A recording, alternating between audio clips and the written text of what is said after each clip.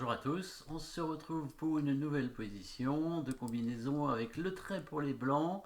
Et les blancs qui se font attaquer puisqu'ils sont menacés de mat en deux coups, hein, avec la dame et la tour noire.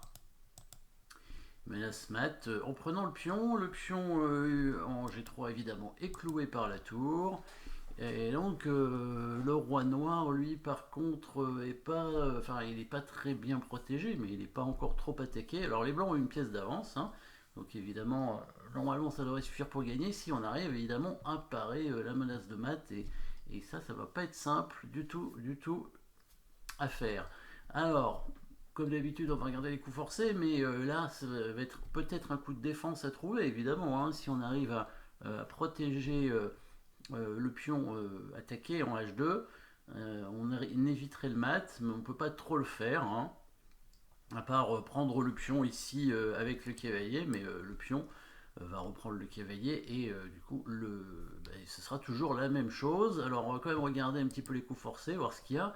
Il y a deux échecs avec la dame, à chaque fois on donne la dame, bon ça n'a pas l'air extraordinaire. Si on prend le pion il va prendre avec le roi. Si on va en G7, il peut y avoir un intérêt si jamais il prend avec le roi. À ce moment-là, il bloque sa tour et dans ce cas-là, on pourrait prendre sa dame puisque le pion ne serait plus cloué. Donc là, il y aura un intérêt, sauf qu'il peut prendre évidemment avec la tour et du coup, il reste avec le clouage sur le pion. Donc qu'est-ce qu'on va faire? Alors à noter quand même que s'il prend avec la tour, ça nous donne un nouvel échec avec la tour ici en D8, mais il y a la dame qui vient prendre la tour, bien entendu. D'où évidemment la solution que vous avez probablement trouvée, hein, sinon mettez la pause pour, on a dit à peu près tous les coups, hein, mais voilà, maintenant il faut les remettre dans l'ordre et bien voir quel est l'intérêt de les jouer, bien évidemment. Donc ici, le problème c'est que le pion est cloué, donc on a vu un moyen d'intercepter la tour. Sauf que ça fonctionne pas, puisque on peut pas faire échec sur la huitième rangée, et donc qu'est-ce qu'on fait? Eh ben on va ouvrir, on va faire un dégagement d'espace en prenant ce pion. Alors prendre ce pion, ça a l'air d'être un coup pas très intéressant puisque le cavalier va être repris, sauf que ça va ouvrir la colonne de cette tour maintenant. Donc le cavalier prend ce pion en défendant ici, donc le pion va reprendre le cavalier, et seulement maintenant la dame blanche va faire échec ici.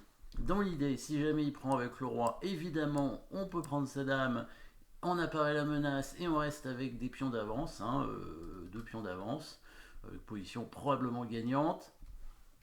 Et si il prend avec la tour, et ben c'est cette tour-là qui vient faire échec, puisqu'on a ouvert l'espace, hein, le fameux dégagement d'espace en prenant le pion.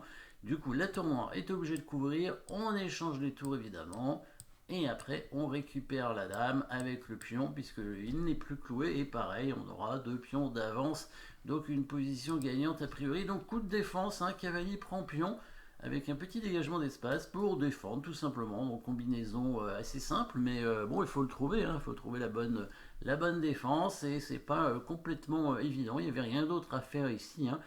Évidemment, pousser le pion en H3 n'est pas bon, hein, puisque il y a la tour qui pourrait se sacrifier en G3 et il pourrait y avoir un mat assez rapidement.